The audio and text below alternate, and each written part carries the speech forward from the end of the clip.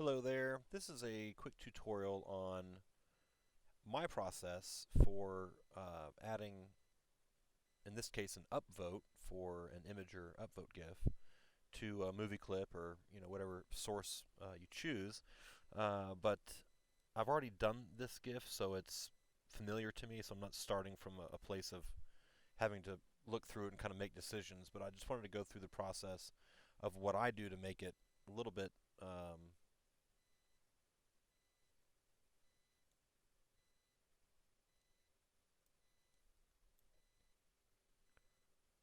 Hello, this is a quick tutorial on my process for how I add an upvote for, in this case, an Imgur upvote GIF to a scene from a movie or TV show or something. So I've chosen this source from the Boondock Saints.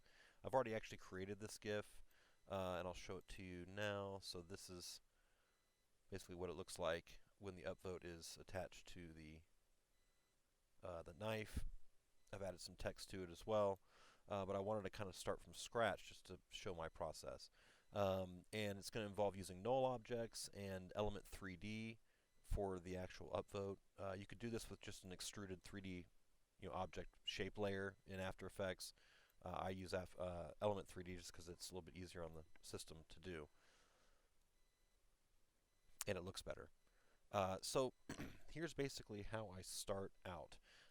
First of all, I don't add my element 3D layer really until almost kind of the end, and I'm basically just going to start by creating a new null object, and I'm going to make that 3D. That's weird. My layer controls were turned off. I don't remember turning those off.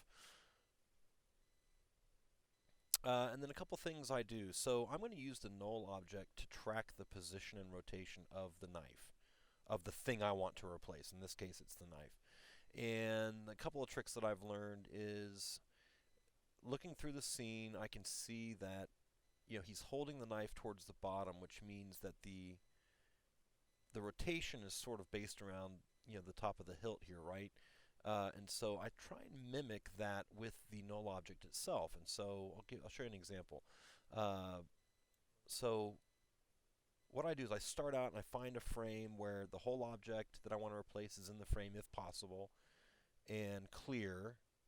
I think that's a good frame right there, and it gives me a good sense of position and rotation. And I'm going to take my null object, I'm going to change the anchor point, and I know some people might say there are better tools to change the anchor point. I'm just going to do it this way. So I'm going to kind of find the spot that I think is kind of best suited for tracking the position, which I'm going to say is sort of the middle of the top of that hilt there. And then to make this even easier, what I'm going to do is I'm going to scale. You know what? Actually, let's find a frame where the knife is kind of, I can see it's sort of flat. It's parallel to the camera lens basically, so I get a sense of the width of it. So I'll start with, this is actually a better frame to start with anyway. So I'm going to find the position there. I'm going to go ahead and turn on my rotation. I'm going to rotate that so it matches the rotation, or the orientation rather. So notice I'm not using the X, Y, and Z, I'm using the orientation only. And then I'm going to go ahead and just start the keyframes on that. And then I'm going to adjust the anchor point so that basically, well, let me do this as well. So I'm going to turn on scaling. I'm going to scale it up so it's the height of the object I want to replace. And you kind of have to fudge this a little bit, but I'm going to, that works for me, right? So the tip matches up with that transform marker there, and the bottom of the knife sort of matches up with that transform spot there. And then I'm going to take my scale, and I'm actually going to scale it down, scale the null object down to kind of match that. And then I'm going to lock that scale into place. So I've got my scaling and kind of initial position here. Notice I'm not even on the first frame. It doesn't matter really where you start, honestly.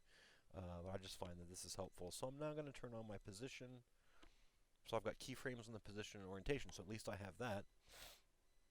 And then it's just a matter of going through frame by frame. I'm not going to use the tracker tool. I've already tried it on this. It doesn't work really, really well. I could, kind of manually use the tracker to get the points there, but I find it easier just to do it myself. So I start there, and then here's another trick. So I want to work with the actual z depth of that object. So this is about as far back away from the camera as that object is, but I also want to find the place where it is as close to the camera lens as it's going to get, which is basically right there, right? So I'm going to start by pulling it forward in Z space, and then I'm going to kind of fudge the rotation a little bit, and it looks like it's angling, the knife is sort of angling towards the camera. That could be a little tricky to kind of figure out sometimes. And now because my anchor point tells me where the top of that hilt is, I don't care where the bottom is necessarily. So if I know that that anchor point and that top marker match up with the top of the knife, I know I'm good to go. So it looks like I need to pull this forward even more.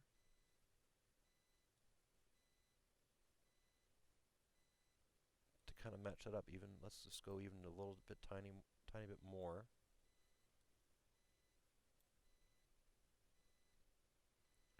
And kind of fudging the orientation a little bit.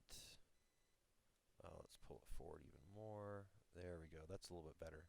Doesn't have to be perfect, obviously, but I like to make it as good as I can get it. So now what I've done is I've basically created, and if I change to the custom view, I can see how that actually moves backwards. Rather, maybe the top view is better. Yeah. So you can see how it actually goes from the towards the camera, away from the camera, right? And I think that's important. Just that way you don't have to mess with scaling at all. Otherwise, if you didn't do that, you would have to adjust the scaling, and that doesn't, I don't know, sometimes it can look fine, sometimes not. I just find that this is a better way to do it. So now at this point, what I do is I don't worry about the rotation necessarily, the orientation. I worry about position. So I'm just going to keep it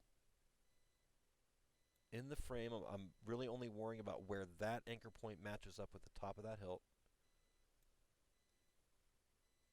Right, and you can see what I'm doing. So now it's just a process of now the knife is actually sort of almost invisible there, so you can kind of fake its rotation at that point. And then there, so on and so forth. And you can go frame by frame. I usually skip a few frames, and then like if that actually matches up, I just go ahead and click my keyframes on there so it will stay there.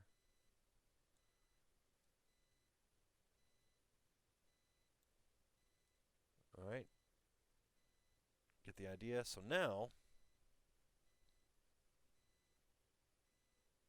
and obviously I'm not doing all of the work I could be doing. So now this is a good example right here. I want that knife to be angled away, right, because he sort of rotates it. So this is where the real fine-tuning comes in of the orientation of the null object. So then here he, boom, boom, flips it, and you can see the orientation is kind of matching up there. And then again, it kind of rotates around again. So I'll rotate it this way. Actually, I don't know if that's the right direction. I'd have to kind of watch it a few times to get it, but okay, so when all is said and done, here's what I'm going to do. I'm going to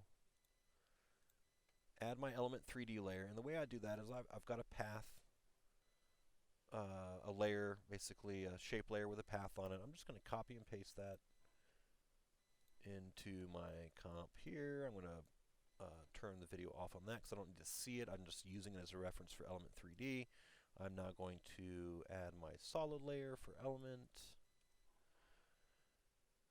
Move that up here. I'm going to add the element plugin. I'm going to obviously do the custom layer here, scene setup, extrude. I'll just do a quick down and dirty here. Da, da, da, da.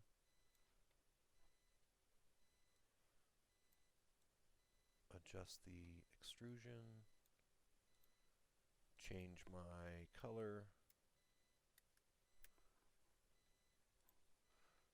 And it's pointed down. I'm not too worried about that. I can rotate the group null here in a second. So there's that. So now I add my group null. And then the real trick here is holding shift, pick whip down to the null object. And there we go. So I'm going to take my null object and rotate it 180 degrees.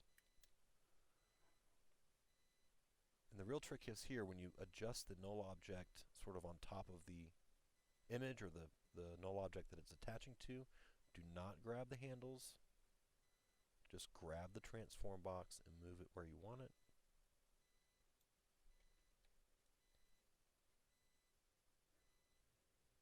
And we know the scale of the group null is now going to be tied to the scale of the null, so I'm actually just going to reset the scale.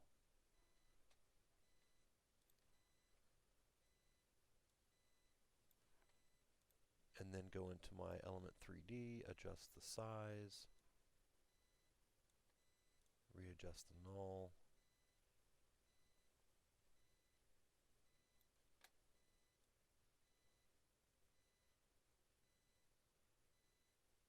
Right, so you can see that, obviously the more keyframes you add, the more accurate it's going to be.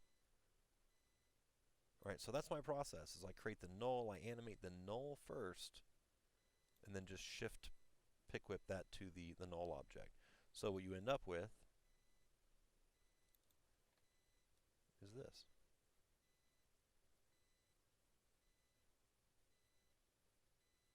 Then of course I did a little bit of masking right